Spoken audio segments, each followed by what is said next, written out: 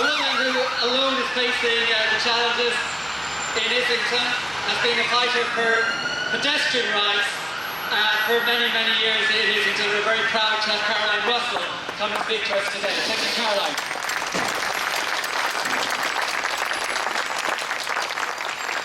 Wow, I've been waiting to get up here just to see what it looks like, and I tell you, you all look absolutely just so multitudinous, and it's just so brilliant to have so many people in London who understand what's happening with our roads and just why they need to change. But Donovan, thank you for inviting me to speak. Really quite like being invited to speak.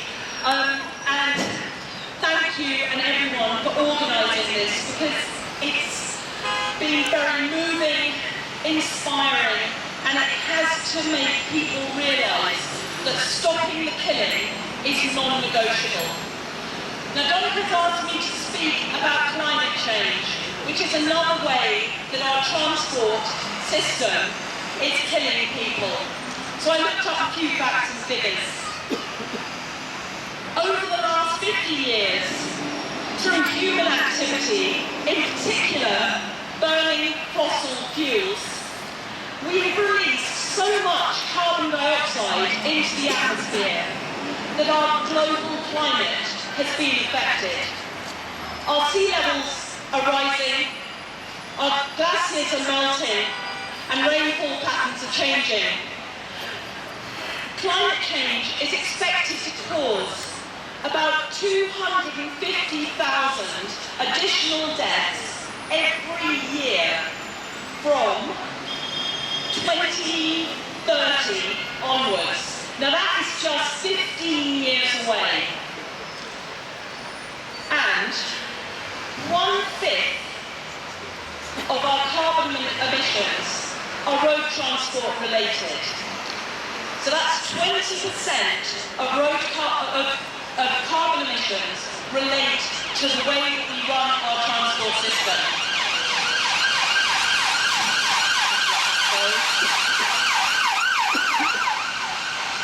And carbon emissions from road transport have increased by 23% in the 10 years from 1990 to 2010, 20 years. And without an economic downturn, we may well have seen a bigger increase than that. So transport is one major sector where it's really quite straightforward to make cuts, to change the amount of carbon emissions that we're releasing into the atmosphere. Our transport system is utterly road dependent. It's dependent on fossil fuels, and it doesn't have to be. And part of the solution to stopping the killing is about changing the way that we manage the road transport in our towns and cities. We have the solution is staring us in the face. And we need to make this radical shift in our transport system so that we manage transport for our health, for the planet, and for the common good. We shouldn't have to hear the terrible tales that we've heard from the platform today. The pain that so many families and so many of us who are here today feel for people who have been lost or seriously injured on our roads. So we need political commitment, and right now we must have that conversation about what cars are doing in our cities. We must prioritise active travel, that's walking and cycling. We must provide affordable, efficient and comprehensive networks of public transport. We must reduce the need to use private cars in the first place. We must reorganise our freight. We need to keep the big trucks apart from people.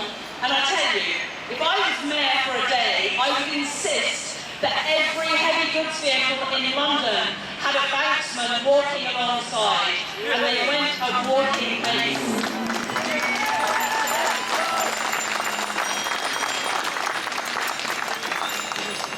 the latest report, just going back to what Donovan wants me to talk about, the latest report from the Intergovernmental Panel on Climate Change has sought to emphasise one thing. We have the means to tackle climate change. We just need the political willpower to make that happen.